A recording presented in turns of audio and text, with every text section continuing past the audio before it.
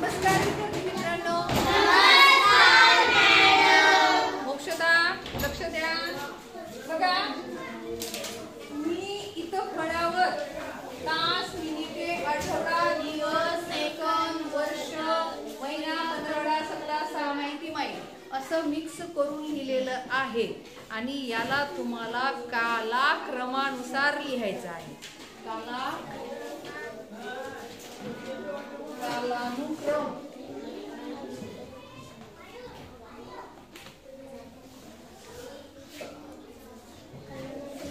कालानुक्रमानुसार लिहा. बघा खूप सोपं आहे, पण आपण काय करतो, विचार करत नाही आणि मग फटाफट लिहून टाकतो. कालानुक्रम म्हणजे आधी महिना येतो का आधी वर्ष येतो, मग दिवस येतो का दिवस झाल्यावर मग रात्र येते का आधी रात्र येते, याला म्हणायचं कालानुक्रम. काय म्हणायचं? तर मला सांगा, हे तुमच्या समोर मी लिहिलेलं आहे. बऱ्याच विद्यार्थ्यांनी खूप छान पद्धतीने लिहून दाखवलेलं आहे, पण आपल्याला ते समजण्याची गरज आहे. काही मुलांमध्ये सप्ताह आणि आठवडा याच्यामध्ये काय झालं, तुमचं कन्फ्युजन झालं. लक्षात आलं? 8 दिवसाचा आठवडा असतो. मग आता मला सांगा, याच्यामध्ये सगळ्यात अगोदर काही सेकंद. काही सगळ्यात अगोदर सेकंद. नंतर मिनिटे. बरोबर आहे. मिनिटे, तास, नंतर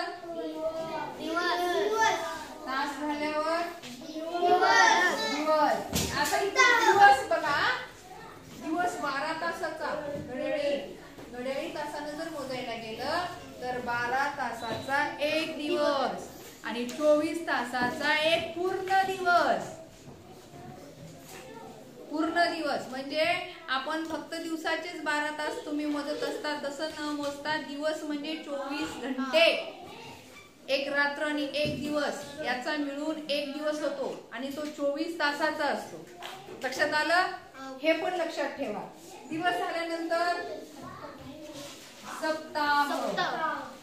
सप्ताह म्हणजे काय बरं? 7 दिवसाचा सप्ताह. जसं सोमवार, मंगळवार, बुधवार, गुरुवार, शुक्रवार, शनिवार, रविवार, हे झाले 7 दिवस. आणि आज सोमवार आहे तर पुढच्या सोमवारी हे झाले 8 दिवस. लक्षात आलं? 8 दिवसाचा आठवडा. काय म्हणायचं मग त्याला? आठवडा. त्यानंतर काही पंधरवडा. पंधरवडा म्हणजे किती दिवसाचा असतो? 15 दिवसाचा. पंधरवडा 15 दिवसाचा असतो. पंधरवडा 15 दिवसाचा. आठवडा 8 दिवसाचा. सप्ताह 7 दिवसाचा. लक्षात घ्या. पंधरवडा झाल्यावर काही बरं? महिना.